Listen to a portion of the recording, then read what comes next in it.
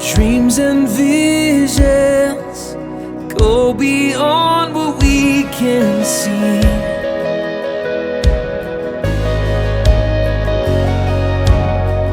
Our hearts united in the wonder of it all. We stand united in the wonder of your love. Fully devoted, we follow after the one who gave it all. Christ alone be praised. Fully devoted, we follow after the one who gave it all. Christ alone be praised.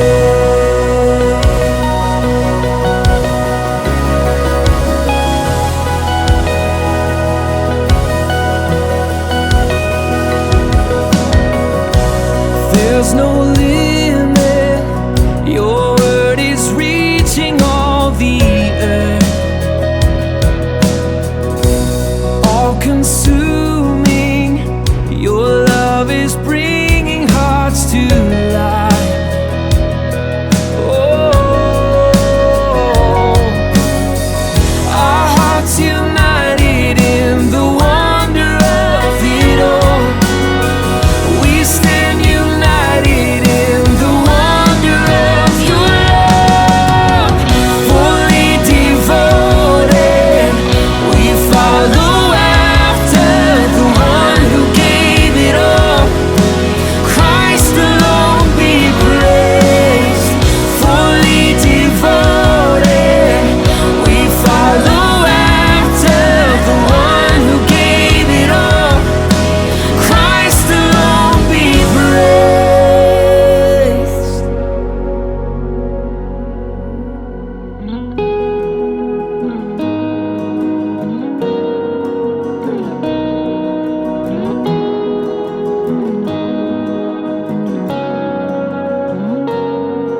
No matter what it takes for the glory of your name, Christ alone be praised.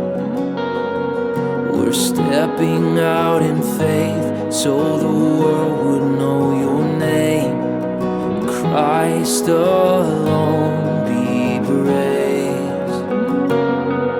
No matter what it takes for the glory of your name, Christ alone be praised. We're stepping out in faith so the world would know your name. Christ alone be praised.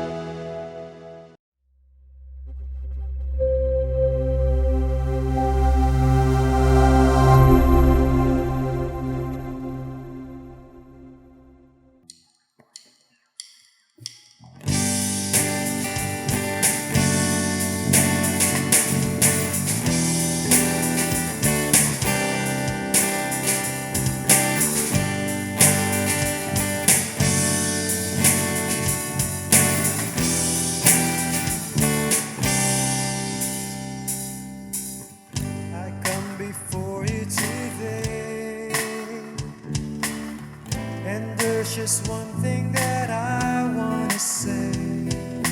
Thank you, Lord. Thank you, Lord, for all you've given to me, for all the blessings that I can see. Thank you, Lord. Thank you, Lord. With a grateful heart, with a song of praise, with an outstretched arms, I'll bless your name. Thank you, Lord. I just want to thank you, Lord. Thank you, Lord. I just want to thank you, Lord. Thank you, Lord.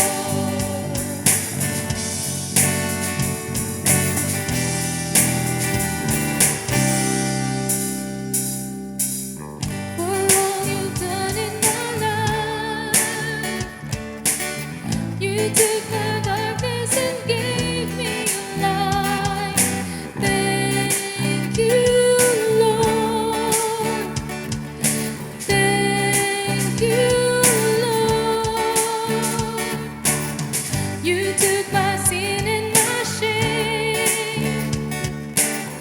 You took my sickness and healed all my pain. Thank you, Lord. Thank you, Lord. With a grateful heart, with a song of praise, with an outstretched arm, I'll bless your name. Thank you, Lord. I just want to thank you, Lord. Thank you, Lord. I just want to thank you, Lord. Thank you, Lord. I just want to thank you, Lord. Thank you, Lord. I just want to thank you, Lord. Thank you,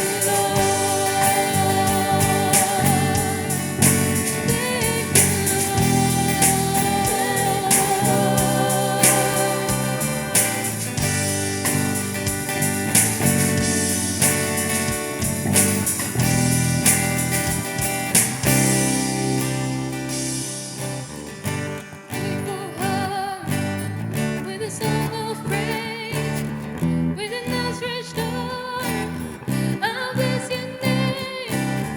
With a grateful heart, with a song of praise, with an outstretched arm, I'll bless your name. Thank you, Lord. I just want to thank you, Lord. Thank you, Lord. I just want to thank you, Lord. Thank you, Lord. I just want to thank you, Lord. Thank you, Lord. I just want to thank you, Lord. Thank you,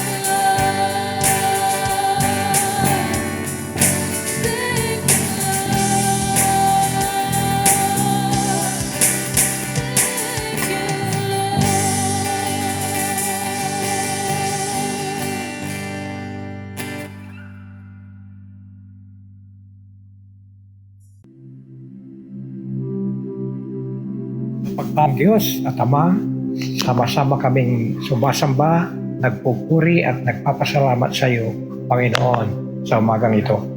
Nagpapasalamat din kami, lalo na sa lahat ng mga natanggap naming mga biyaya at maging ang iyong proteksyon sa araw-araw na aming nararanasan. Lalo na noong nakaraang taong 2020 na hindi mo kami pinabayaan. Bagkus iniingatan mo kami sa kabila ng aming mga karanasan sa iba't ibang pagsubok, lalo't sa panahon ng pandemya sa bansa. Subalit nananatili ang iyong biyaya at katapatan sa iyong mga anak. Nawa Panginoon Diyos, sa pagpasok ng taon 2021, lalo na kaming tumatag sa aming pananampalataya. Turuan mo kami at tulungan sa araw-araw, lalo't sa pagbabasa at pananalangin ng iyong banal na salita upang lumalim ang pagkakilala namin sa inyo. Ngayon po, patawarin mo kami sa lahat ng aming pagkakasala at linisin mo kami ng iyong banal na dugo na natikis sa krus ng Kalbaryo. Buksan mo po ang aming puso sa pakikinig ng iyong banal na salita at bigyan mo kami ng pangunawa sa tulong ng banal na Espiritu Santo upang ang kalooban mo ang aming sundin. Pagpalain mo rin, Panginoon, ang aming mensahero sa umagang ito. Bigyan mo ng karunungan at kabatiran sa tulong ng iyong banal na Espiritu Santo. Mangusap po kayo sa Kanya upang malayang may pahayag ang iyong salita. Pagpalain mo rin, Panginoon, ang aming sama-samang pakikibahagi at pakikipag-alaala sa dakilang sakripisyo mo sa krus ng Kalbaryo dahil sa pag-ibig mo sa amin. Dinadakila ka, pinupuri at pinapasalamatan ka namin, Panginoon, alang-alang sa tanging pangalan ng Panginoon Kristo na tagapagligtas. Amen. Hi everybody, from my home to yours. Happy New Year! Happy New Year po sa ating pong lahat at welcome po sa ating pong New Year episode ng ating pong series na Comfort and Joy. Tama po, Comfort and Joy pa din. Alam nyo, natutuwa ako dito sa series po natin. Sa aming pong small group, may kwento ko lang. No?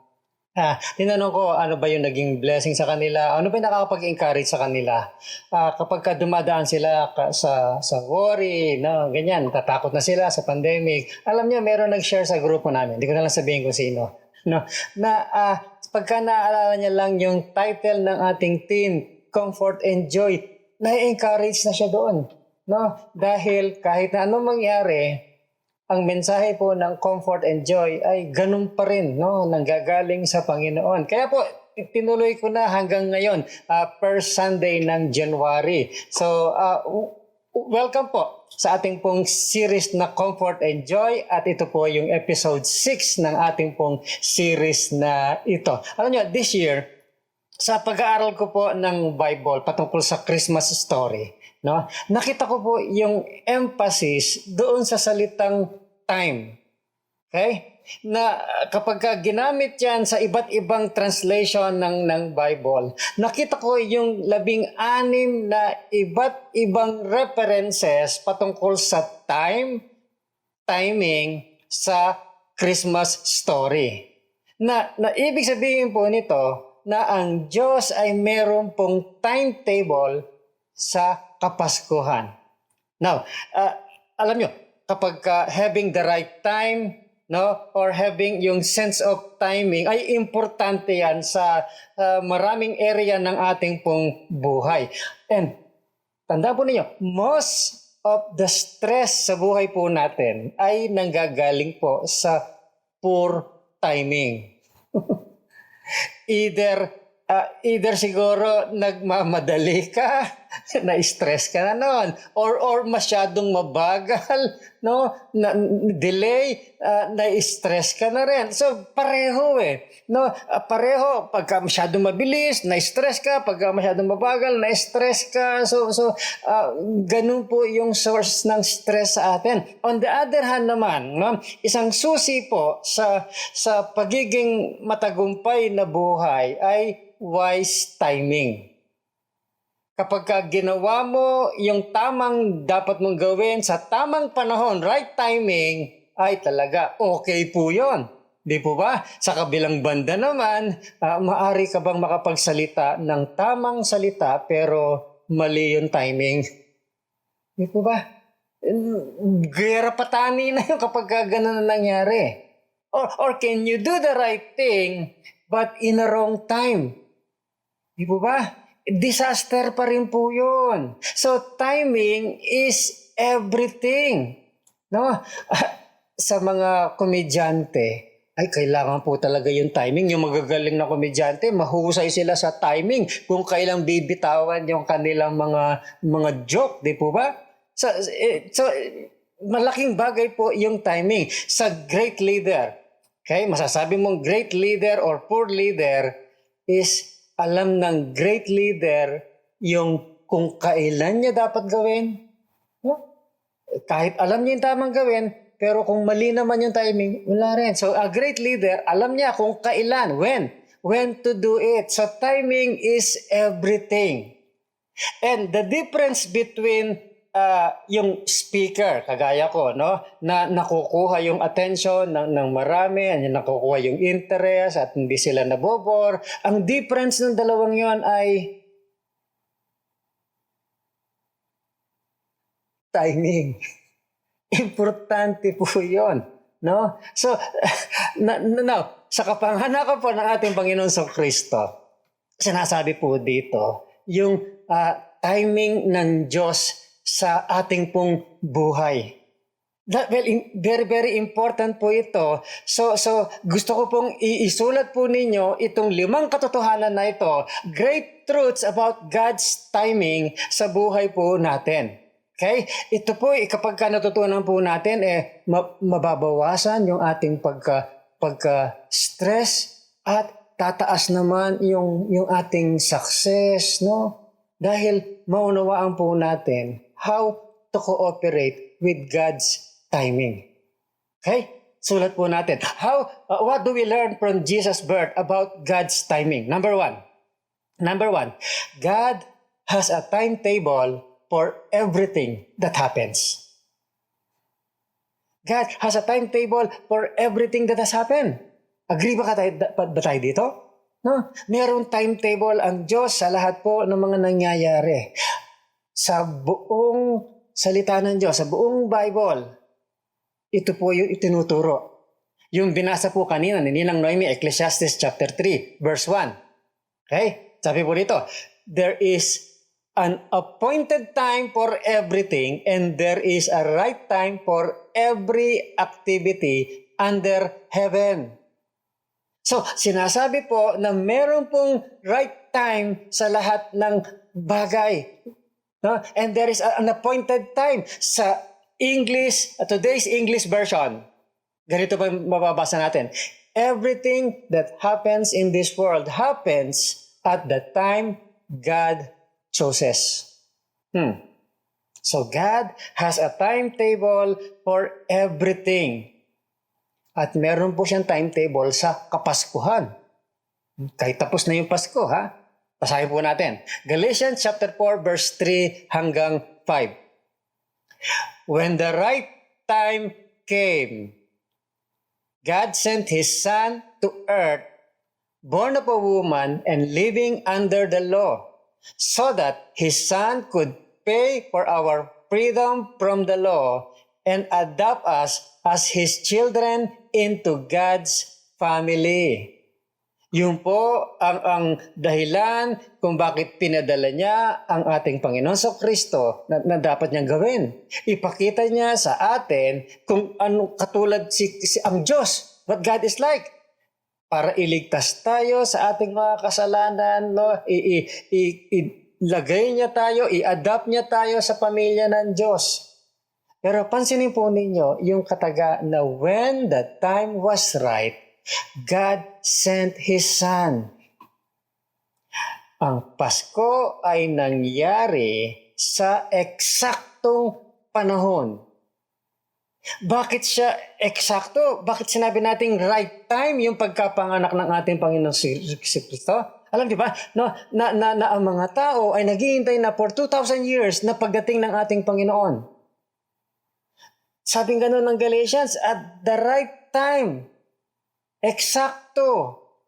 Bakit dumating siya 2,000 years ago? We don't know why. Bakit hindi mas earlier than 2,000 years ago? Di ba? We don't know why.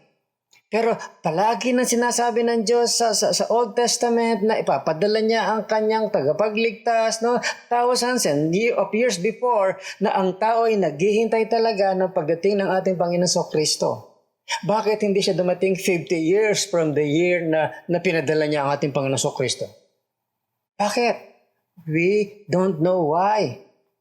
Sabi lang ng Bible, it was the right time. Sabi ng Diyos, it was the right time to send Jesus. Now, ito na yung susi ko para makapunta na ako sa point number 2. Okay? Number 2. God does not tell us the details in advance. Di po ba? God does not tell us the details. Oo, meron siyang timetable sa buhay natin. Pero, hindi niya sinasabi yung detalye in advance. Verse 11 po na Ecclesiastes chapter 3. God has given us the desire to know the future. He always does everything just right and on time. But people can never completely understand what si God yan, is doing. Everybody agree ba doon sa talata na yon? Diba? Bakit? Because God is God and we are not. Para sa akin, para unawain ko yung timetable ng Diyos sa akin ay para akong langgam na inuunawa ko ang ibig sabihin ng internet. Hindi kaya ng utak ko na arukin yung kaalaman na yon. Kung gusto natin o kung pipilitin natin unawain yung bakit ginagawa ng Diyos, yung ginagawa niya sa atin, yung timing ng Panginoon, ako po, hindi kaya po ng utak natin. Sabing ganon, God has given us this desire to know the future. Lahat po ng tao, almost all people, ay talagang parang nababaliw na sila sa gusto nilang malaman yung future. Kung ano naman ginagawa nila para malaman lang nila yung future. Nandiyan na nagpapahula sila, no? Yung mga baraha, no? Ano pa, yung horoscope. Lahat ng kalokohan ay ginagawa nila para lang malaman nila yung future. Pero sabi po sa Bible, God does not let us know yung timetable niya. Bakit? Bakit hindi po hinahayaan ng Panginoon? Bakit di sinabi ng Panginoon lahat ng kanyang dapat na gawin o dapat na mangyayari sa buhay natin agad-agad? Bakit di niya sinasabi lahat? Well, 3 reason. Wala sa inyo mga outline niya sa sermon notes niyo. First, kapag alam mo na lahat ang mangyayari sa buhay mo, ay talagang matatakot ka na, ma-overwhelm ka na. Diba? Matatakot ka. Kasi alam mo na kung ano mangyayari. Baka unahan mo pa yun. Diba? Number 2, marahil abusuhin mo. Dahil alam mo na yung future mo Diba? Kapag nakita mo na lahat na mangyayari sa buhay mo, no, pwede mo gawin, ayoko nito, papalitan ko to. Parang back to the future, diba? Pinapalitan yung history. Dahil ayaw nila. Diba? Abusuhin natin. But the real reason that God doesn't announce yung timetable niya sa atin, number 3, He wants you to trust Him. Gusto niya pagtiwalaan natin siya. Just live one day at a time. Trust me, sinasabi niya sa atin, I am a good God, I am a loving God. Everything I do in your life is for love. But you have to trust me. Sabi mo sa Bible sa Acts chapter 1 verse 7. Si Jesus po nagsasalita. You don't get to know the time. Timing is the Father's business. Ang version po ni P. Arnold dyan sa talata na yan, ganito. It's none of your business. So, talagang hindi mo talaga malalaman in advance, no? Yung mangyayari sa atin. Hindi natin alam kung ano mangyayari ngayon 2021 na ito. Hindi natin alam kung ano mangyayari na sa COVID-19. Hindi natin alam kung ano mangyayari sa buhay natin. So we just need to trust God. Okay? Number 1, God has a timetable sa buhay natin. Number 2, hindi niya binibigay yung detalye in advance. Number 3, okay? Ito po matututunan po natin sa timing about Christmas. Okay? God is never in a hurry and He is never late. Amen po ba? God is never in a hurry and He is never late. He is always on time. Yung timing niya ay perfect. Now, ang reason po dito is because God is on a different wavelength kagaya natin. Hindi kagaya natin. Okay? Meron pong ibang pananaw ang Diyos patong pagdating po sa time. Dahil ang Diyos po ay timeless. Hindi po siya sakop ng oras o ng panahon. No? Now, mahirap pong unawain ito. God is not bound by time. Hindi siya sakop ng oras. Hindi siya limitado ng panahon, ng oras. You know? And God can be nasa nakaraan at nasa kasalukuyan at nasa future. Di mo ba? At the same time, yung pananaw natin ng oras, ng panahon, yung pananaw ko ng oras ay nangyayari dito sa planeta natin ito na umiikot po in a 24 hours. Every 24 hours umiikot po ito. Every 365 days na umiikot sa araw itong planeta natin. Ganun po yung pananaw natin ng oras. God is never in a hurry and He is never late. Now, gusto kong pakita. Let me show you yung understanding ng Diyos patungkol po sa oras o sa panahon. Okay? Tingnan po natin dito sa monitor, sa screen natin. Okay? Sabi po sa Bible, 2 Peter 3 verse 8. Never forget this. With the Lord, a day is like 1,000 years, and 1,000 years are like a day.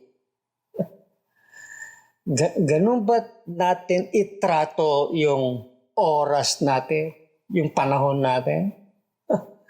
A day is like 1,000 years.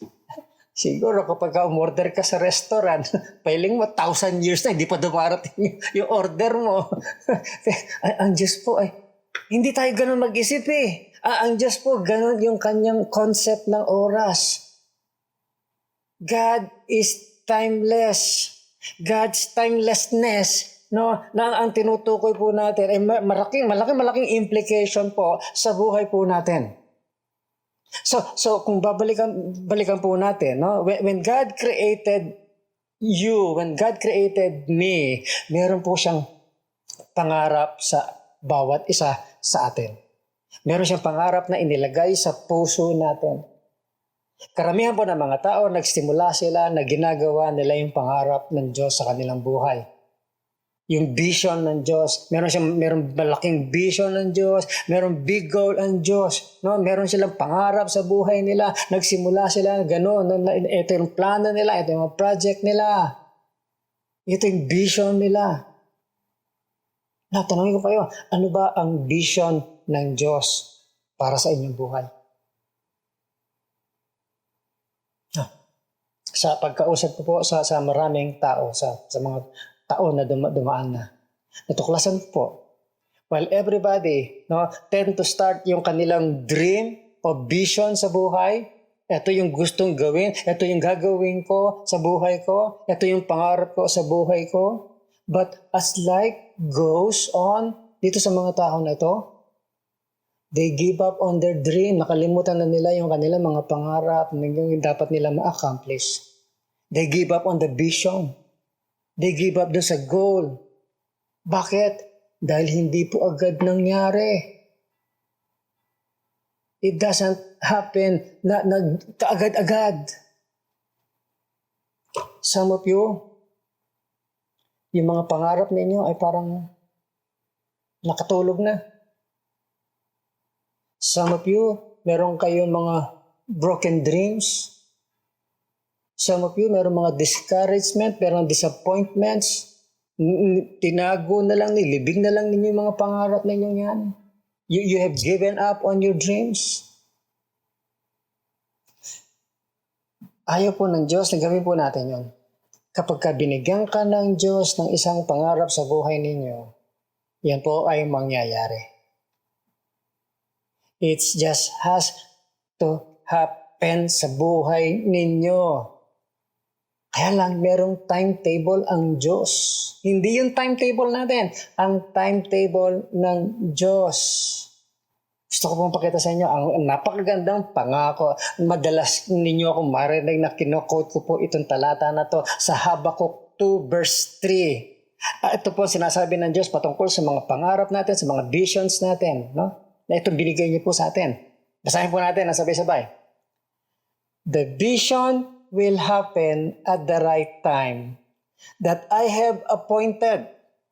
It moves steadily towards the goal and it will not be proven false. If it seems slow or delayed, just wait for it. It will certainly happen. It will not be late. Some of us, kailangan po natin isulat yung talata na yan no? sa isang kartulina at i-memorize natin at basahin natin palagi. O siguro, ibalik ninyo yung video na ito, screenshot ninyo yung verse na yan para maging paalala po sa atin. Paalala sa atin not to give up dun sa dream na binigay ng Panginoon sa atin. Dahil sinabi niya, mangyayari yan.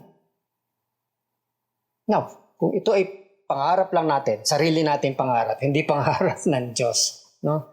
Hindi tayo obligado na gawin natin yon. Pero pag ito ay pangarap ng Diyos na inilagay sa puso natin, na sinasabi natin, alam ko, ito ang gusto ng Diyos na gawin ko. Alam ko, nilikha ko ng Diyos para dito sa pangarap na to. Dapat gawin natin.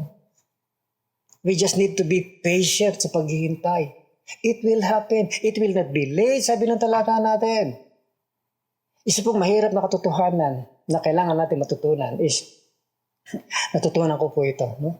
We actually have to relearn it palagi. Kailangan matutunan natin palagi.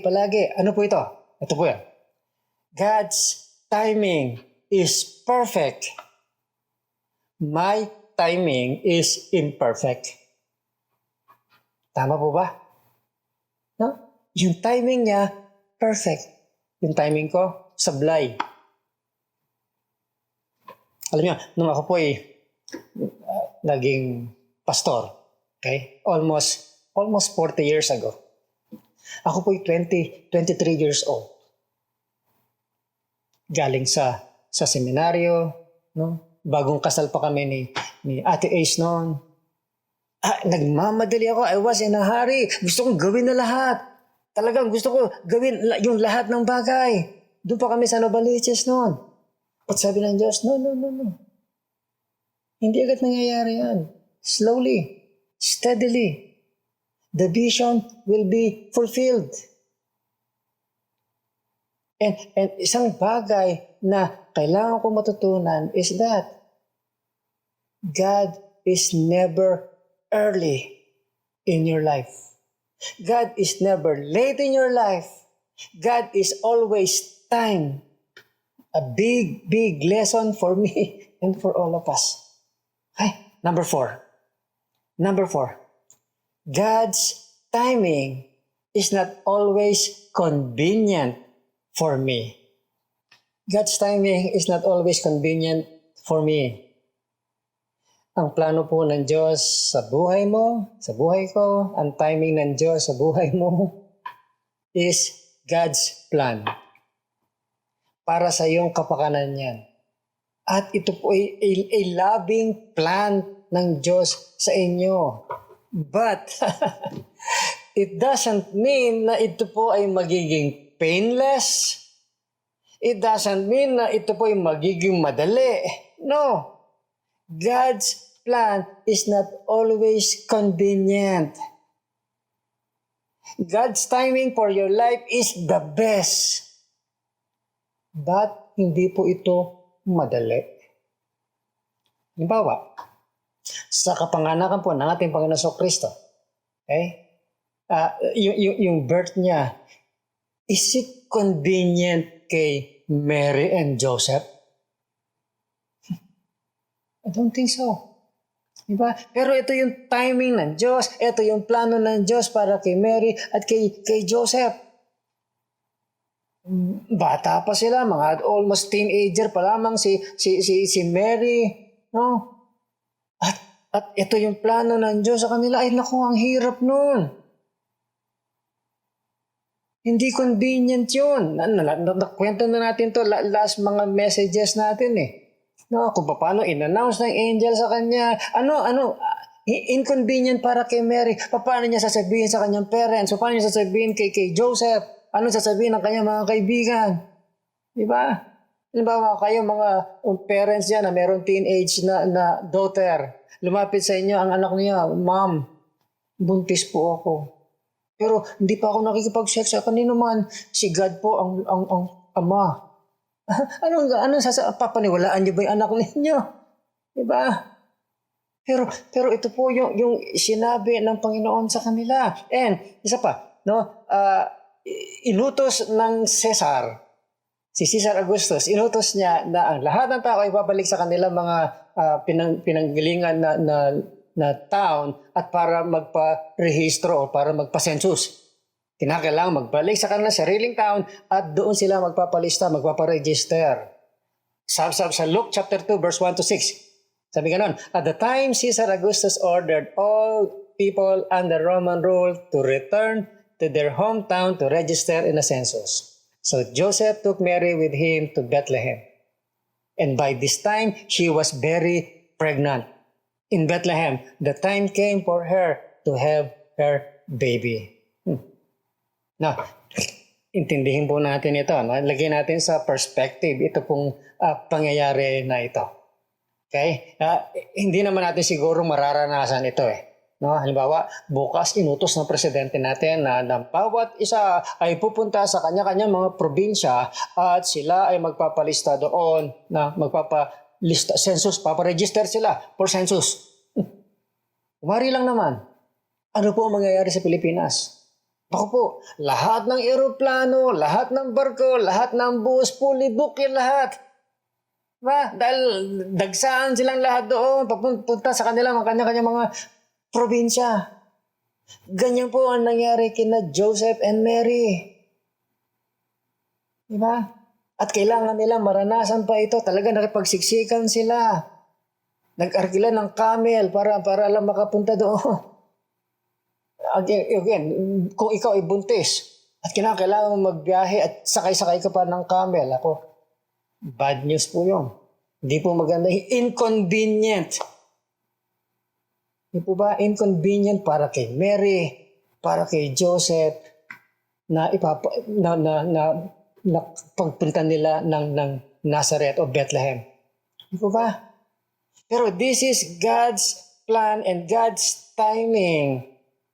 Dahil sabi po sa Bible, si Jesus ay kinakailangan ipanganak sa Bethlehem.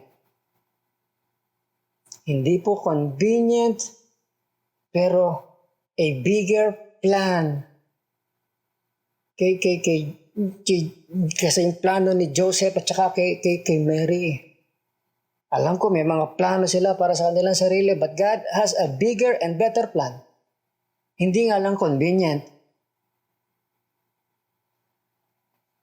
Karamihan po na ginagawa ng Diyos sa buhay po natin. Bigger and better plan. Everything God has done in my life has been bigger and better that I could imagine. Kailangan ko lamang pagtiwalaan siya. So, God's timing is not always convenient. Meron pong panglima pa. Okay? We learned that God has a timetable in my life. And 2, He doesn't tell you the details in advance ng kanyang plano. And number 3, He's always on time. He is never late. Hindi siya nagmamadali. And number 4, it's not always convenient. Yung plano niya ay hindi conveniente. Number 5, at the right time, God can do anything instantly. God can do anything instantly at the right time. At the right time. God can do more sa isang iglap. No? Yung gagawin ko in 5 or 10 or 20 years or buong buhay ko in the wrong time, pero God can do it in a seconds.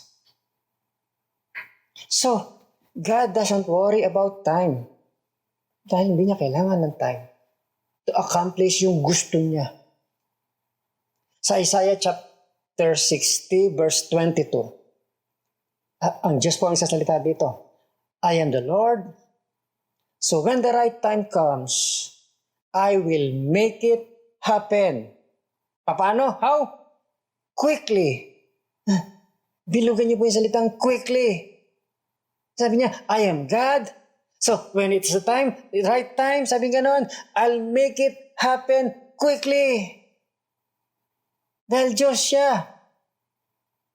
Now, mahirap pong tanggapin itong katotohanan na ito. And the most difficult place for you to be in life, alam niyo kung saan? Sa God's waiting room.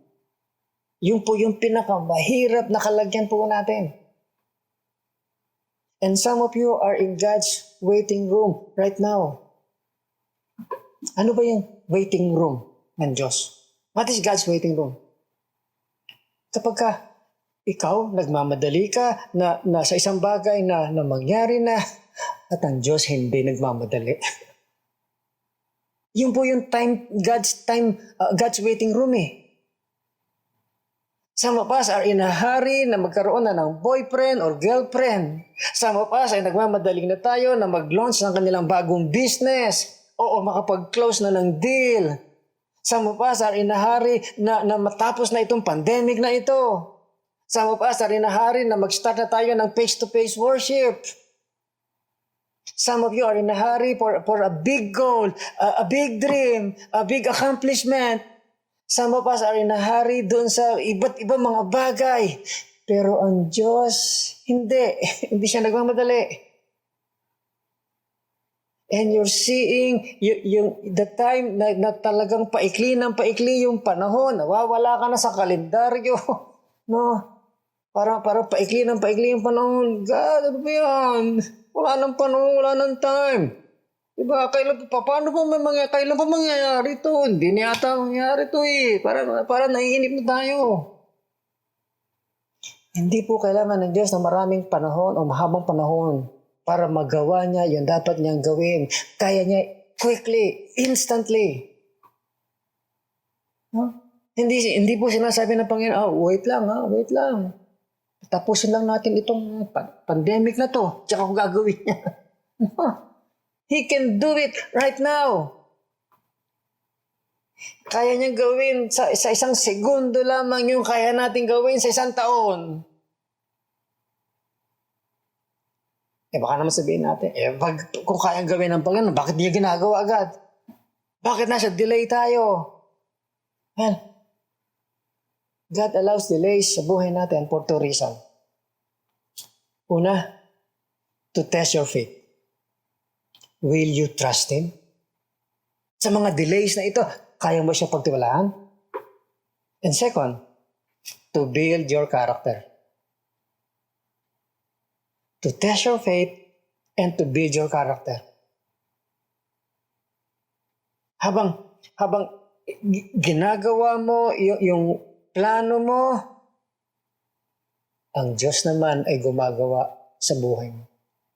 God is working on you. God is more interested in you kesa doon sa accomplish mo.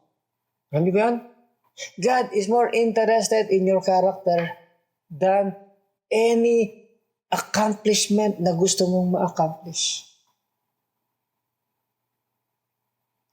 So, bakit? Yung accomplishment mo, hindi mo dadalhin sa langit yan. Pero yung character mo, yan ang dadalhin mo sa langit. And sometimes God says, talaga sinadya ko. No? I intend to give you what I promised. Talagang gagawin ko yung pangako ko sa iyo. And I intend to answer yung prayer mo. I intend to fulfill yung vision mo. Hindi ka pa ready. But you're not ready. You need to grow up. You need to be a godly man. You need to be a godly woman. I want you to grow. I want you to be ready sa gagawin ko sa buhay mo. A lot of times, we think, inihintay natin ang Diyos na kumilos sa buhay natin. Nasagutin ang panalangin natin. But, sinasabi ng Diyos, no, I am waiting for you na mabago yung character mo. I'm waiting. I am trying to prepare you. I'm testing your faith. Will you trust me? I'm also trying to grow you up. Pinapalago kita. Para pag dumating na yung blessing, handa ka na. Sa Isaiah 49 verse 8, ang sabi ng Panginoon, at the right time. Yun na naman yung phrase, at the right time. At the right time, I will. Hindi, not might, no? Hindi, I might, hindi. I will. I will answer your prayers. Another thing na kailangan natin matutunan sa buhay ay ito. A delay is not a denial. Malaki po ang pagkakaiba, no? Malaki ang pagkakaiba ng no at saka ng not yet. Okay? Yung po mga immature na bata, hindi nila alam yung pagkakaiba ng dalawa. Pag sinabi mong not yet, magwawala na yun, iiyak na yan, maglulupasayin na yan talaga. No, pag sinabi mong not yet, hindi naman ibig sabihin no. Hindi nila naintindihan yung delay is not a denial. So sometimes ganun tayo. Pagka nadidelay, akala natin, wala na, no na. Ang sinasabi lang ng Panginoon, tutuparin ko sa buhay mo yan. Binigyan kita ng vision, binigyan kita ng pangarap, gagawin ko yan, pero hindi ka pa ready. At the right time, I will answer your prayer. Kaya kadalasan, hindi natin hinihintay ang Diyos. Ang Diyos ang naghihintay sa atin. Ganun po ka-importante yun. No? So, ano po dapat natin gawin kapag nasa waiting room tayo? Dahil sigurado ako, dadaan tayo doon sa waiting room na yon. Ngayon, nasa malaking waiting room tayo, waiting for the pandemic na matapos na. Tandaan po natin, ang Diyos ay hindi po vending machine na maglagay ka lang ng barya dyan, tapos gusto mo, makukuha mo na. No, ginagawa natin vending machine yung prayer. Na pag nag-pray ka, gusto mo agad-agad. There is always a delay. Yung delays are designed para turuan tayo na pagtiwalaan natin ng Diyos at lumago tayo sa ating karakter. So, what does God want me to do while I'm waiting? Habang hinihintay ko yung timetable ng Diyos para makita ko yung gusto niyang gawin sa buhay ko, we do 4 things. And sa the rest of this message, gusto kong mag-ukol po ng panahon po dito. Okay? At nagbigay po ang Diyos ng 4 na kataga. Ito po yung mga lumang English na. Okay? So, hindi po itong English ng mga millennial. Mga Old English phrases ito. Sa King James natin to mababasa. Okay? Ano po ito? Fear not, fret not, forget not, and faint not. Nandiyan po sa inyong sermon notes yan. Explain ko po yan. Okay? Dahil ito po ang gusto ng Diyos na gawin po natin habang tayo ay nasa waiting room. Okay? Number 1. Fear not. Trust God.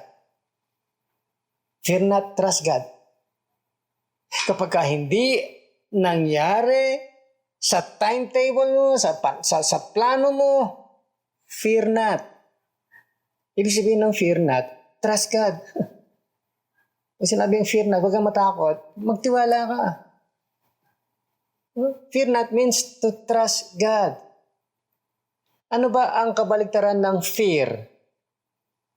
Faith, di ba? Kapag ka pinuno mo ang buhay mo ng pananampalataya, wala kang takot. Wala kang magiging takot. Why? Kasi yung pananampalataya mo, yung trust mo ay talagang matatag. Ang takot ay lumalabas sa likod pintuan, no? Kapag nandyan na yung pagtitiwala mo sa Diyos. So, the more you trust God, the less you are afraid. The less you trust God, the more na ikaw ay matatakot. Mark chapter 5 verse 36, si Jesus po nagsasalita, don't be afraid, just trust me.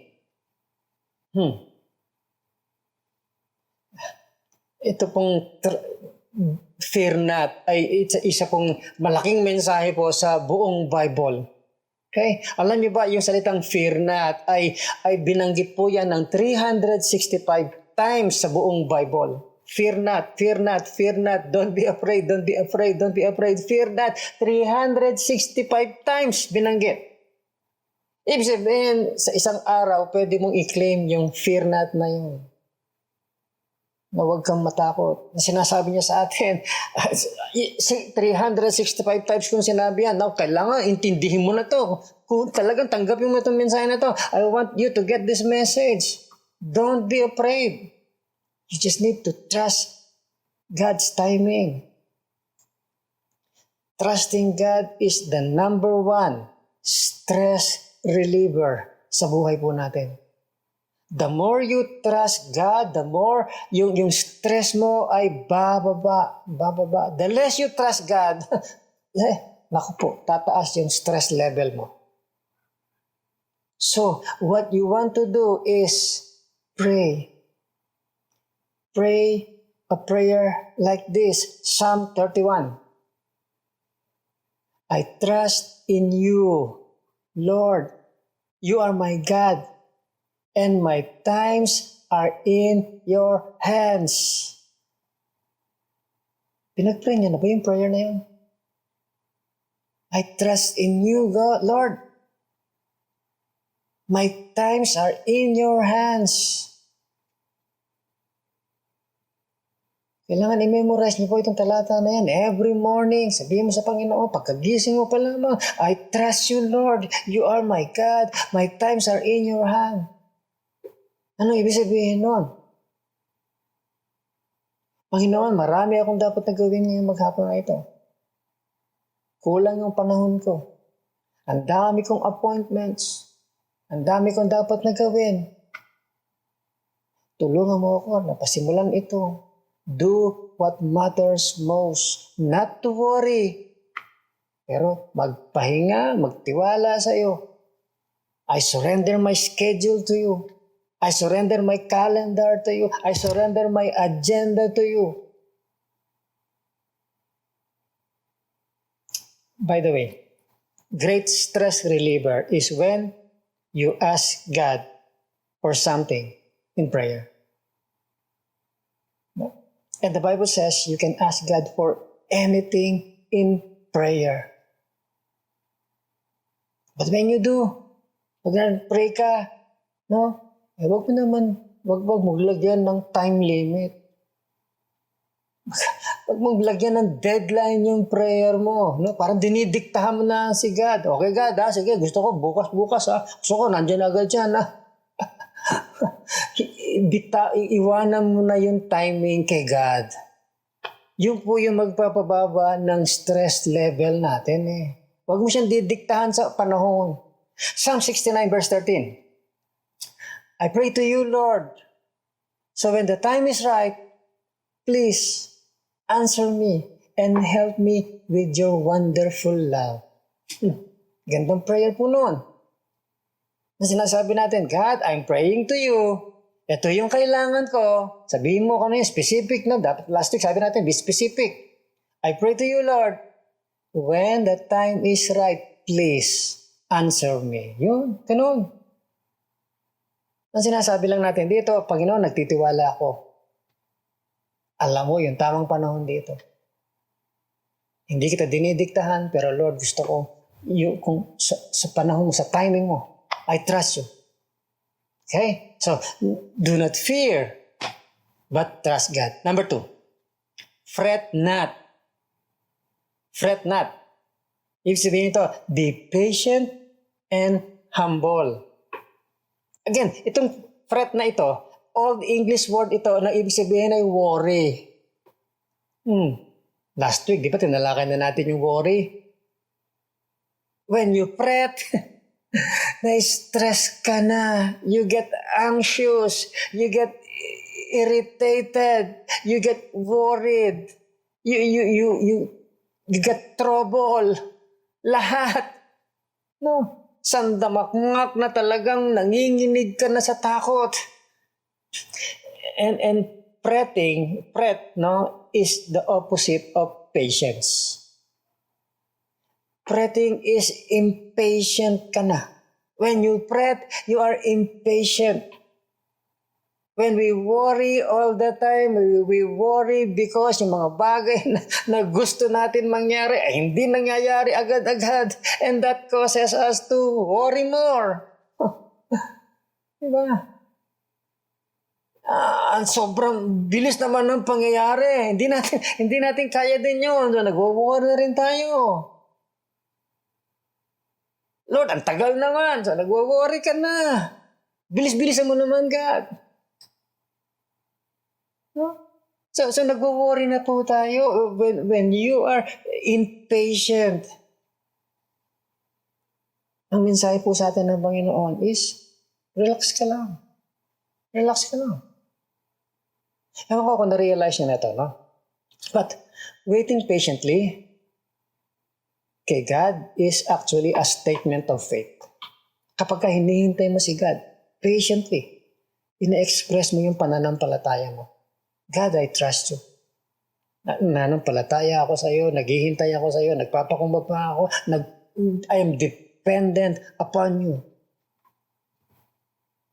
Alam niyo, we don't usually mind na maghintay tayo eh. Basta makapagreklamo ka lang. Diba? Di ba yung mahaba ang pila?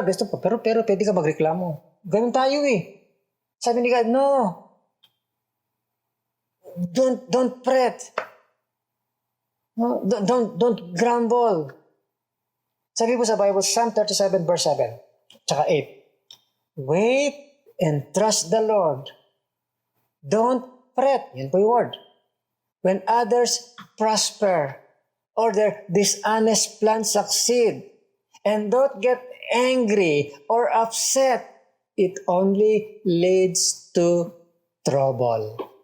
Kapag ka nag-worry tayo, nadadagdagan pa ito nadadagdagan ng iba't ibang mga negative na emotions sa buhay po natin. Na, bilugan niyo po sa inyong sermon notes yung salitang others. Sabi nga noon, don't fret when others prosper. Ibig sabihin noon, no? Ibig sabihin, pag nakita mong umaasenso yung iba, no? Ano nangyayari sa iyo? Ayan na. Hindi ka lang nag-worry, nagkakaroon ka na ng inggit. Isa po malaking stress po yun eh. Dahil, kaya ka na-stress dahil you always compare yourself sa ibang tao. Mas maganda yung trabaho niya, mas maganda yung bahay niya, mas bago yung kotse niya. Every time we compare yung sarili natin, no? Talagang nadadagdagan yung worry natin ng iba't iba pang mga negative na emotions dinadala natin sa sarili natin. You are not them. They are not you. God has a plan for you, for your life. Okay? Iba yung plano niya sa'yo. Iba yung plano niya sa kanila. Don't compare yourself. When you compare to those people, nakukuha nila yung gusto nila, ako hindi. Napuprungkot sila, ako hindi. You start fretting na eh. You start worrying na. Alam niyo yung problema sa worry? Walang kwenta. Yung worry, nabanggit ko na last week yan eh. Diba? The second, you spend yung buhay mo worrying, nasasayang yung bawat segundo mo na kaka-worry. Wala naman nangyayari sa kaka-worry mo. Worry cannot change yung nakaraan mo. Worry can't control yung future mo. Walang nagagawa even yung right now. Para ka nakaupo sa rocking chair, atras, banti ka lang. Hindi ka nakakarating sa kahit saan. Andun ka lang. Walang progress. Sayang.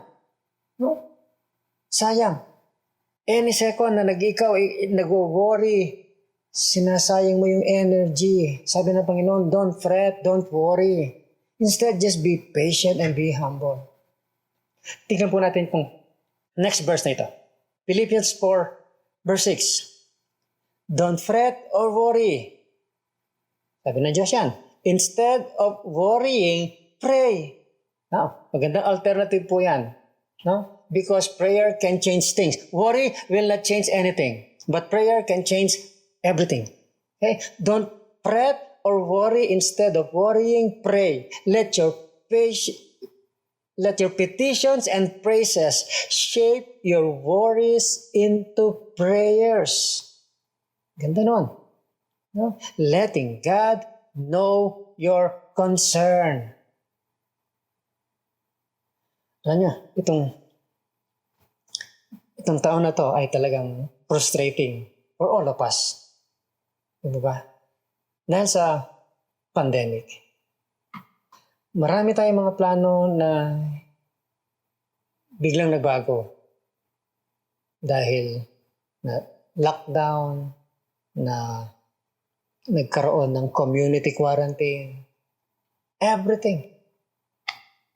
Nakaka-frustrate for me as a pastor. Ang daming plano para sa church, pero hindi nangyari. Now, I could have gotten frustrated marahil. Siguro, pwede kong matakot. Pwede akong mag-fret, pwede akong mag-worry. Pero, hindi ako na-stress. Why? Because ako po yung tipo na at the right time kind of person ba ako? My times are in your hands, Lord. I'm not worried about it. Dahil alam ko yung plano ng Diyos para sa akin.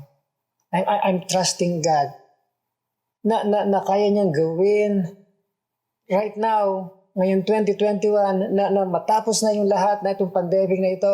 Pero Lord, I am trusting in you. Na God can do mighty things in 1 second and na kaya kong gawin by my entire life.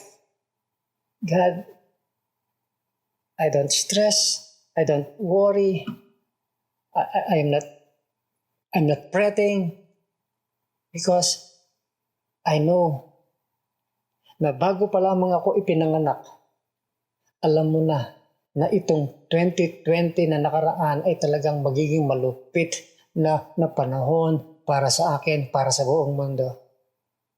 So, I don't stress because my times are in your hands.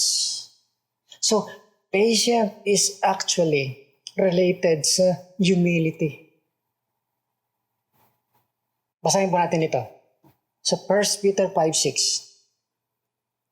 Humble yourselves under God's mighty hand so that He can lift you up at just the right time. Tawag po doon, humility. God, I'm depending on you instead of depending on myself. Sabi niya, yun yung mama na talaga nagpapakumbaba. Yun yung babaeng talaga nagpapakumbaba. Itataas ko siya dahil nagpakumbaba siya. Itataas ko siya. Pakita ko po sa inyo itong talata na ito sa ibang translation, sa Message Paraphrase. So, be content with who you are and don't put on airs. Sabihin don't act like parang sino ka. No? Just be authentic. Just be real. God's strong hand is on you. He'll promote you. When? At the right time. Diba? Just be yourself. Don't act na parang kung sino ka, sino magaling ka. No. God's strong hand is on you. Po-promote ka niya at the right time. Ito po yung importante. You just need to be content. God, pagtitiwala ako sa iyo. Hindi ako matatakot. I'm not going to fear. I'm not going to fret. I'm going to be patient. I'm going to be humble. At sabi ng God, that's my man. Yan, okay yan. Bibigay ko yung promotion mo. Okay? So, the Bible says, fear not. The Bible says, fret not. Just relax, trust God, and be patient. Number 3. Okay? Write this down. Forget not. Forget not, study God's promises. Ibig sabihin ng forget not, study God's promises. Okay? There are some things that na hindi natin pwedeng kalimutan. Okay? May mga bagay nakakalimutan tayo, pero mga bagay na hindi natin dapat kalimutan. Na habang nasa waiting room tayo, ito yung wag na ninyong kakalimutan. Naghihintay ka, natuparin niya yung pangarap mo sa iyo.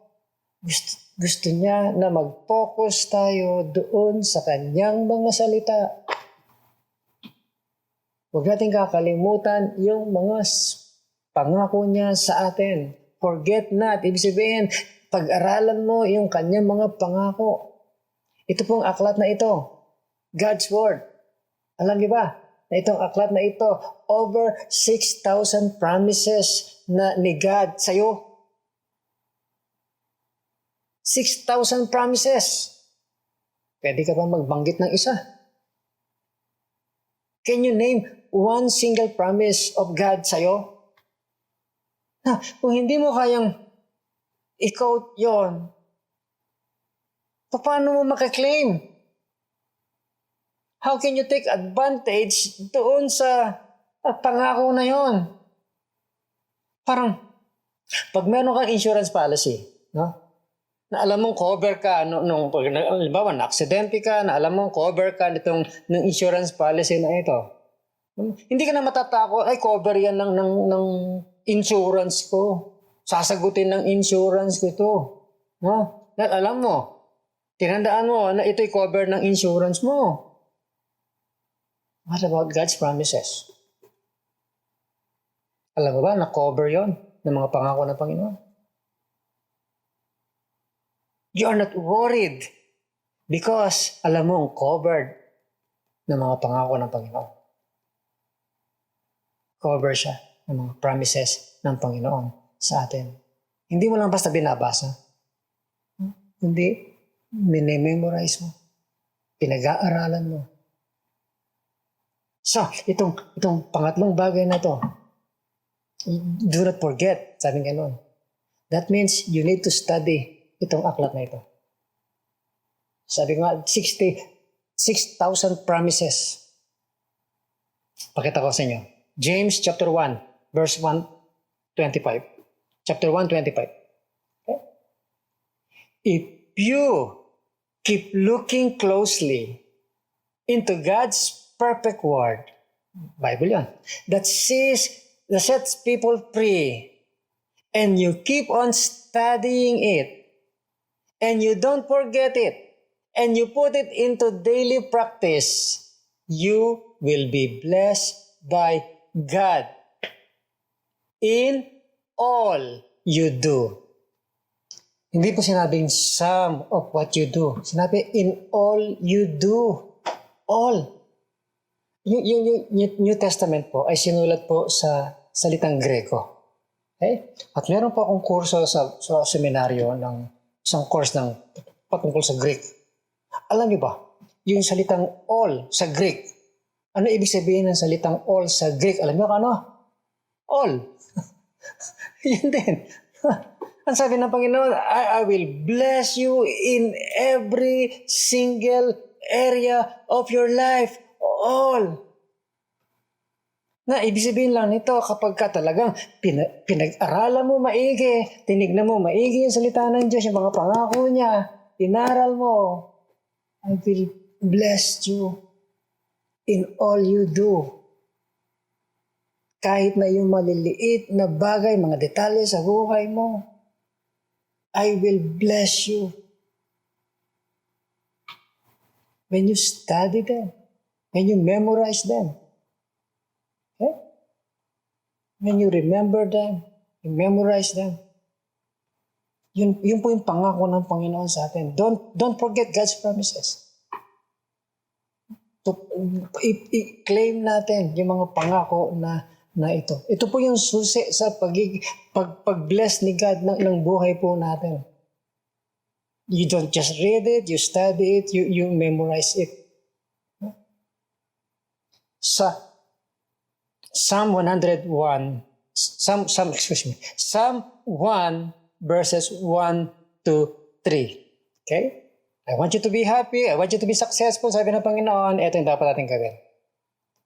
Happy are those who find joy in obeying the word of the Lord, and they study it day and night. And they are like trees that grow strong beside a stream and bear fruit of the right time, and whose leaves do not dry up. They succeed in everything they do. Ano ibig sabihin nito? Magiging productive po tayo. Your life will be productive. Magkakaroon ng bunga yung buhay po natin at the right time, sabi ng ganon. You will be productive. Yung buhay po natin ay magiging meaningful. Kakaroon ng kahulugan. Magkakaroon ng significance yung buhay po natin when we obey the Word of God. Sabi nga nun, they will succeed in everything they do. Kaibigan, either yung talata na yun ay totoo or sinungaling ang Diyos. Kailangan mag-decide tayo. Am I going to believe what God says? Or magda-doubt ako dito? And if you don't believe that verse, if you doubt it, ay kuha ka ng cutter blade, tanggalin mo na lang sa Bible. Sabi nga nun, you will succeed in everything you do if you do it my way. Ang recommendation ko po is you trust. Okay? Not your feelings, but you trust what God says. Dahil subok na po in eternity. Okay? Hindi po nagkakamali ang Panginoon. Fear not, fret not, forget not. And then, God says sa pambagay, ito dapat natin gawin. Okay? Kung gusto mong naghihintay ka sa timetable ng Panginoon, you are in a waiting room. Okay? Sabi niya, fear not, forget not, fret not. And then, sabi niya, number 4, faint not. Don't give up. Faint not. Ibig sabihin nito, don't quit. Don't give up. It means, sige lang. Keep on, keeping on. Kailangan determinado ka. Be diligent.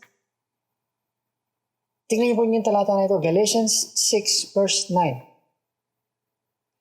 We must never get tired of doing what is right and good.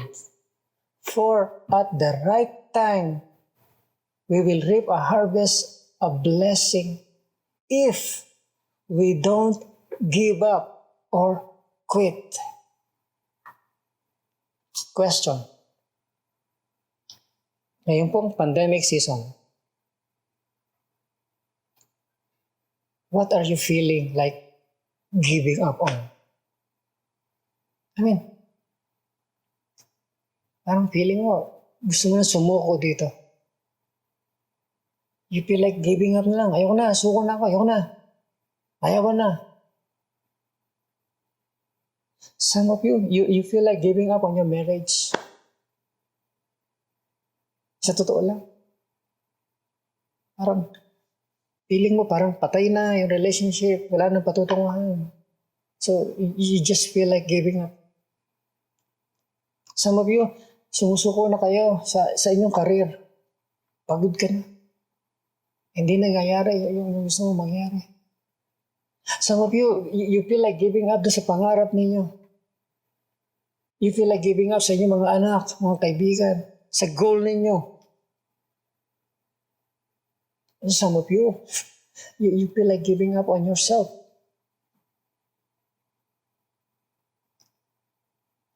Gusto ko malaman po ninyo ito. Libo-libong taon bago ka palang ipinanganak. Alam na ng Panginoon na uupo ka dyan sa inyong silid na yan, sa kwarto nyo na yan, o sa living room niyo, wherever you are. Alam ng Diyos na right this moment, manunood ka ng MCC online service this year. Para sa ganun masabi ng Diyos sa iyo. And I want to say this as your spiritual coach. Don't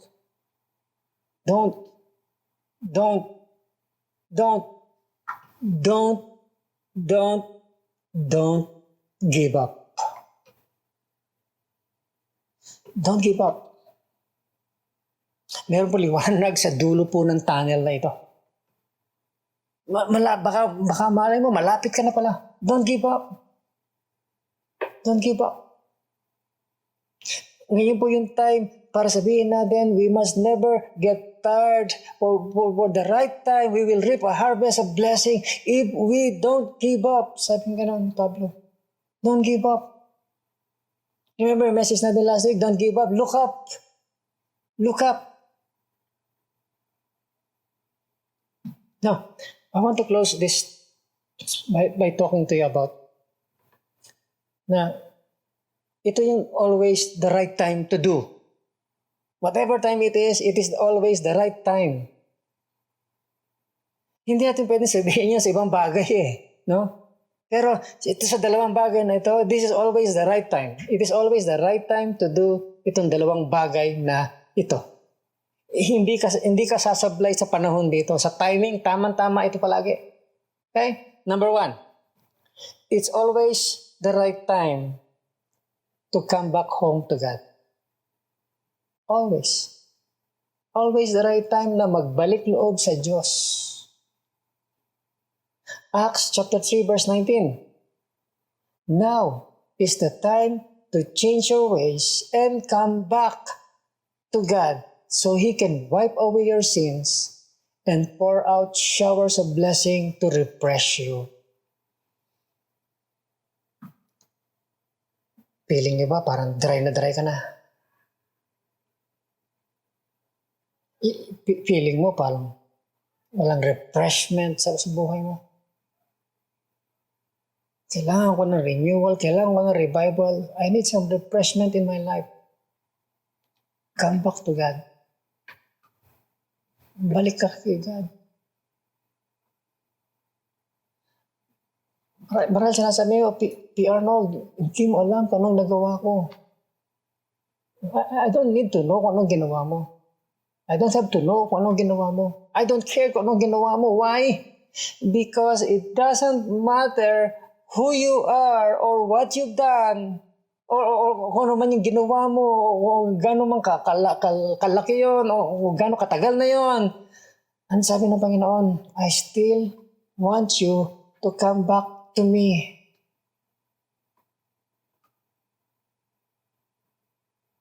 Di ba magagalit ang Diyos sa akin? Di ba galit ang Diyos sa akin? Ang tagal-tagal ko nalayo sa Kanya. Taon na talaga, decades na lumayo ka sa Kanya. Tingnan po natin itong susunod na talata nito.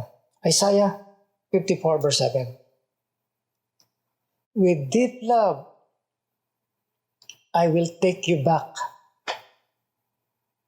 With deep love, I will take you back. Kahit na ano pang nagawa mo, with deep love, I will take you back. Alam niyo, hindi galit ang Diyos sa inyo. Mahal na mahal ka ng Diyos. Wala nang higit pang magmamahal sa iyo sa pag-ibig ng Diyos sa inyo. With deep love, I will take you back. So, sabi ko, dalawang bagay na sigurado tamang-tama itong gawin. Okay? Number one, it's always the right time to come home to God. Kahit na gaano kalayo pa ang narating mo, kahit na gaano kalayo pa, nagpakalayo-layo ka, it's always the right time to come back. Number two, it's always the right time for us to receive the saving grace of Jesus. Always. Always the right time na tanggapin natin yung kaligtasan na biyaya ng Diyos sa atin. Kaya po merong Pasko. Kaya siya namatay sa krus nung Biyernes Santo at kaya merong pong Pasko ng pagkabuhay nung Easter Sunday. It's always the right time to accept itong saving grace ng ating Panginoon. Kapag ka naintindihan mo na, naintindihan mo na itong pagliligtas na to, isa pong kahangalan na hindi natin tanggapin. Na manatili tayong naka-disconnect sa Kanya. Nilikha ka ng Diyos para mahalin ka niya. Gawin na natin ngayon, ito na yung right time, tanggapin yung Kanyang kaligtasan. This last two verse, okay? 1 Timothy 2:6. Sabi mo sa Bible, Jesus gave Himself to pay for the sins of everyone. Ibig sabihin, akin, sa'yo, everybody. Alam niyo ba yan? Do you realize that? Alam niyo ba, sa lahat ng mga bagay, sa lahat ng pagkakataon, lahat ng ginawa mong mali sa buhay mo, lahat ay binayaran na ng Diyos yan. Even yung gagawin mo pa lamang kasalanan, even yung nakaraan mong kasalanan, yung gagawin mo pa lamang na kasalanan, binayaran na lahat ng Diyos yung pinatawad na lahat yun. Every one of your sins ay binayaran na ng Panginoon. Baka hindi mo alam yun. And ano ba ang gagawin ng Panginoon sa atin?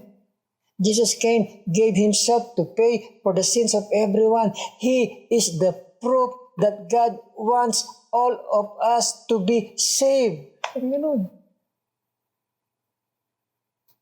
Kahit na ano pa religion natin. Or baka wala ka religion. Sabi niya, He wants all of us to be saved and that proof came at the right time. At the right time. Last verse, 2 Corinthians 6:2. Ang Diyos nagsasalita. This hour is the right time to receive my grace. The day of salvation is now. Today, I am ready to save you. I mean, like right now. Ngayon na. Isa pong pribileyo para sa akin na makatulong sa maraming sa hundreds of people na ipanalangin sila para tanggapin nila yung kaligtasan na ito. And it's an honor for me a humble privilege for me na tulungan kayo, na ipanalangin kayo. Gawin po natin yung tanggapin natin ngayon yung kaligtasan na binibigay ng ating Panginoon. Una, I'm going to pray for you as your pastor. And then, I will invite you to pray with me na tanggapin yung kaligtasan na ibinibigay ng ating Panginoon sa Kristo. Tayo po ay manalangin.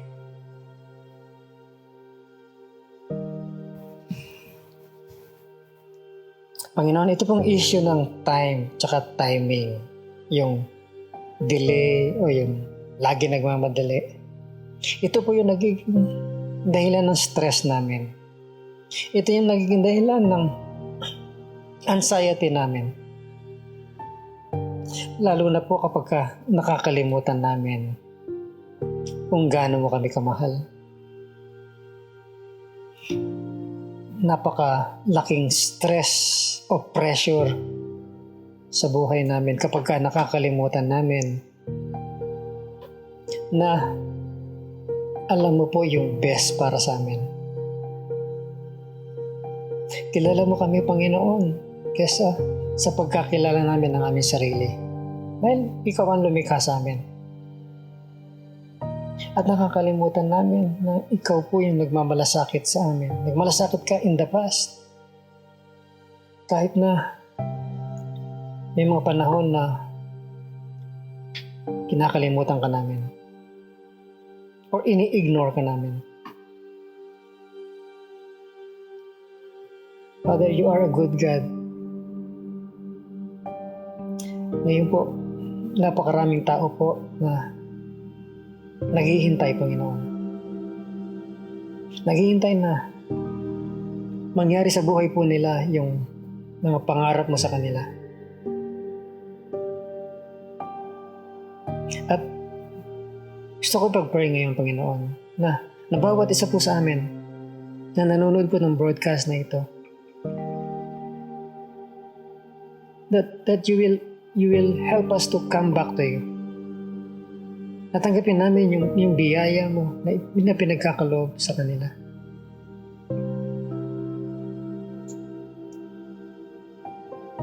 Now, I want everybody to pray this prayer.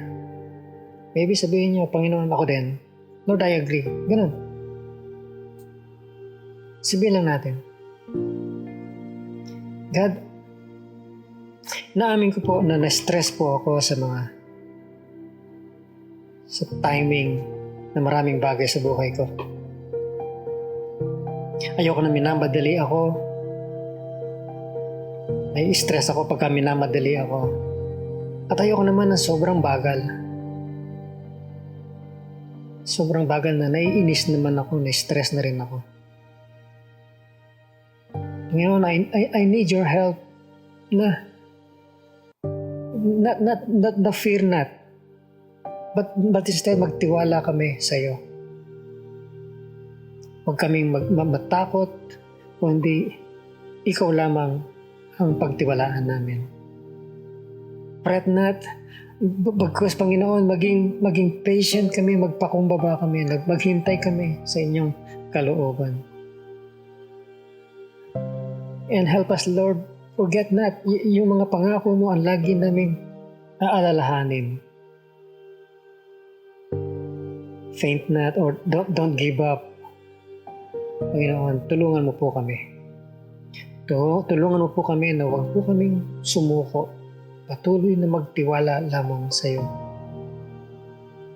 Patawarin mo kami, Panginoon, kung naging impatient po kami, minamadali ka namin, binibigyan ka namin ng timetable, binibigyan ka namin ng deadline sa mga hinihingi namin sa iyo. Patawarin mo kami. Help me to remember na you are never late. At hindi kami kinakailangan magmadali, hindi ka namin kinakailangan unahan pa sa mga plano mo. Makipag-cooperate kami, Panginoon, sa timing mo. You are always on time. Your timing is perfect. Na kaya mong gawin, Panginoon, sa isang segundo yung magagawa po namin sa isang taon o isang buong buhay namin. Panginoon, salamat po. Salamat po sa pagsagot mo sa aming mga panalangin. Now, if you want to receive Jesus Christ, sabihin mo lamang, Panginoon Jesus, binubuksan ko ang aking buhay. Tinatanggap kita bilang tagapagligtas ng aking buhay. Salamat dumating ka noong unang Pasko. Salamat namatay ka sa krus para sa aking kaligtasan. Thank you for the forgiveness of my sin. Salamat sa buhay na walang hanggan. Mula ngayon, gawin mo na ako isang taong namumuhay ayon sa iyong kalooban. Sa pangalan ni Jesus. Amen.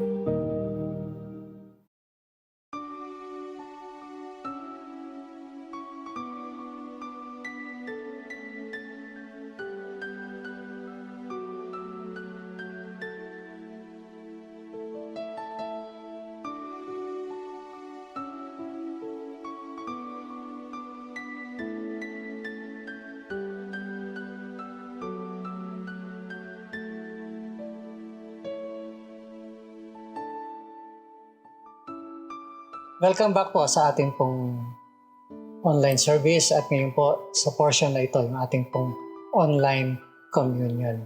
This is the first communion natin ngayon pong 2021. So, I hope you have prepared yung mga elements natin, a cracker or a bread, at saka juice, grape juice particularly. No? So, gusto ko pong basahin sa aklat po ni Apostol Pablo sa NIV version sa 1 Corinthians 11, mula verse 23. For I received from the Lord what I also pass on to you. The Lord Jesus, on the night he was betrayed, took bread, and when he had given thanks, he broke it and said, "This is my body, which is for you. Do this in remembrance of me." In the same way, after supper, he took the cup, saying, "This cup is the new covenant in my blood. Do this whenever you drink it in remembrance of me." Ito po yung pinagtagubilin ng Panginoon sa atin na gawin natin. Remember, He doesn't ask us to remember yung kanyang birth, pero gusto niya alalahanin natin yung kanyang kapanganakan. Why? Christmas is useless kung wala po yung death, especially yung resurrection. Okay? Because magkadugtong po lahat yun eh. Okay? We don't just celebrate yung Christmas, but we also remember yung kanyang kamatayan. Do this in remembrance of me, sabi nga. Alalahanin natin. So, at the beginning of this year, January 3, ano man yung nakaraan natin sa 2020, ano man yung kinakarap natin ngayon, year na ito, remember, Jesus Christ died for you. Ganong kalaki ang pag-ibig niya sa atin na ibinigay niya yung kanyang buhay, sariling buhay. So we can have eternal life, we can have forgiveness of sin.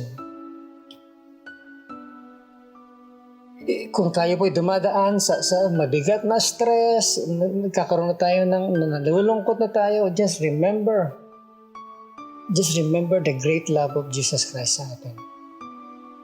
Alalahanin natin itong mga ginagawa natin dito kapag online worship, online communion. Because ito po yung magpapalakas sa atin, makakapag-encourage sa atin. So as we do this, okay, just think of the great love ng Panginoon sa atin. Na tiniis niya yung lahat. Kumuha siya ng tinapay, sabi niya, ito yung katawan ko na talagang mapapahirapan para sa inyo. Nalahanin natin yan. Then kumuha siya ng saro, sabi niya, ito yung aking, itong saro na ito, kumakatawan sa aking dugo. Na hinugasan na tayo ng Diyos sa ating mga kasalanan. Again, ito po yung expression ng kanyang love. Diba? You can love without giving, but you cannot give without loving. So Jesus Christ gave all. As we do this, we are remembering yung pag-ibig ng Diyos sa atin. Sabay-sabay po natin gawin ito. Okay? Nung gabing yun, kumuha siya ng tinapay. So, can I ask you to get your own bread or crackers or whatever you have? Hawakan ninyo. Hawakan nyo na. At tayo po'y manalangin. Ipagpipray ko po itong mga elemento na ito. At sabay-sabay po natin kakainin. Okay? Tayo po'y manalangin. Panginoon, sa umagang ito, kasabay po ng marami kong mga kapatiran. Panginoon, gusto kong alalahanin sa oras na ito ang inyong dakilang pag-ibig na ipinadama doon sa Kalbaryo, na binigay mo ang iyong sarili, napahirapan ng iyong katawan upang ang bawat isa po sa amin ay magkaroon po ng kagalingan sa aming mga kasalanan. Ano man yung nakaraan namin, ano man yung mga kasalanan namin, Panginoon, ito po'y binayaran mo na, hinugasan mo na ng inyong banal na dugo. Napahirapan na yung katawan para sa aming kaligtasan, sa aming pagpapatawad. So Father God, as we remember ngayong umaga na ito, sa hawak namin tinapay na ito, inaalala namin, Panginoon, ng inyong katawan. Bilang kapahayagan ng inyong pagmamahal sa amin, ibinigay mo ito. Father God, I ask that you would just bless every bread, Panginoon, na hawak po namin. And we thank you for your great love. As we eat this, Panginoon, inaalala namin ang inyong pag-ibig sa amin. I-bless mo, Lord, itong mga tinapay na ito. At i-bless mo rin po kami. Sabay-sabay po tayo. Kainin natin yung tinapay.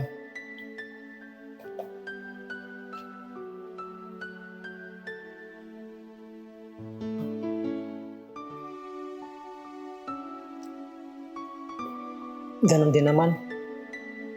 Tapos maghapunan, kumuha siya ng saro. Sabi niya, ito yung dugo ko. Hindi ito literal na dugo ng Panginoon.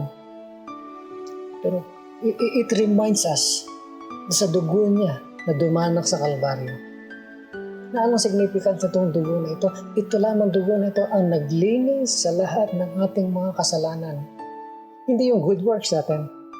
Hindi yung mga ginagawa natin. Hindi yung dugo ni Kristo ang siya naglinis sa atin. Hindi itong literal na dugo. Pero we are remembering yung act ng paggawa ng Panginoon na yun, na binigay niya yung kanyang buhay, dumanak ang kanyang dugo, tayo ay nilinis na. So tinatanggap natin yun. Ginawa na sa atin yun, tinanggap natin si Yeso Kristo bilang tagapagligtas. Pero inaalala lang natin yun, Lord, thank you. Because of your blood, kami pinatawad na sa aming mga kasalanan.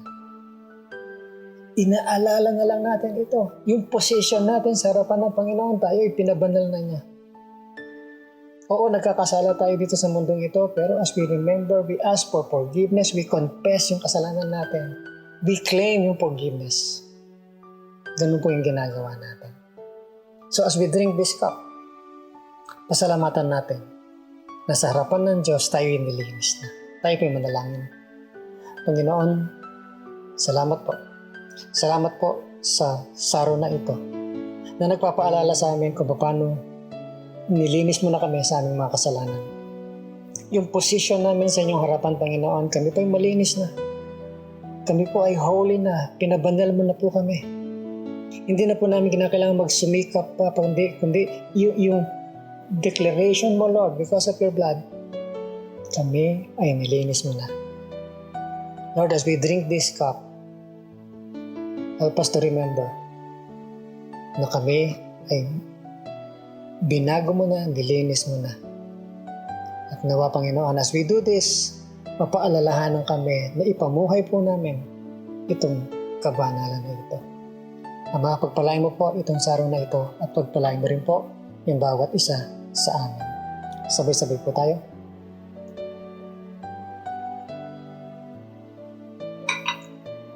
Tayo po'y magwakas sa panalangin. Panginoon, salamat po. Salamat po na sa bagong taon na ito, tinuruan mo po kami na ikaw ang may hawak ng panahon po namin. Ikaw ang may hawak ng buhay po namin. Ikaw ang may plano sa buhay po namin. Kaya patuloy kami magtiwala lamang sa inyo. Salamat po sa pagkakataon na to na muli mo kaming pinagpala sa inyong mga salita.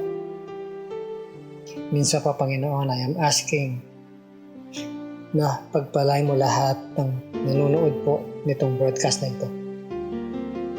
Ipagkaloob po sa kanila, Panginoon, na naisin ng puso po nila. Ipagkaloob mo yung pagpapala na nararapat po para po sa kanila. Minsan pa, Panginoon, hayaan mong dumaloy sa akin yung pagpapala. As I pray for them, Lord, na-experience po nila wherever they are yung blessing na nagmumula po sa inyo. Naway sumainyo lahat ang pagpapala ng Panginoon Hesukristo, ang pag-ibig ng Diyos at ang pakikisama ng Espiritu Santo na po sa atin nawa mula ngayon magpakailanman. Amen. Amen.